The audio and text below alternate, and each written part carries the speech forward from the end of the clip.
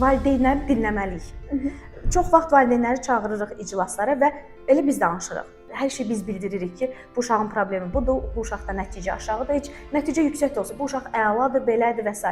və valideyni dinləmək istəmirik. Və də ki, dinləsək belə yəni qısa, yəni valideynə o şansı vermirik ki, qoy valideyn də bir danışsın, narahatçılığını valideyn də bildirsin. Növbəti hissə valideynə tərəfdaş olduğum hiss elətdirmək. Məsələn, mən hər dəfə hansı bir uşaq, bu daha çox problemli uşaqlarla əlbəttə ki, valideynlə problem olur. Çünki heç bir valideyn öz uşağı haqqında pis rəy eşitmək istəmir.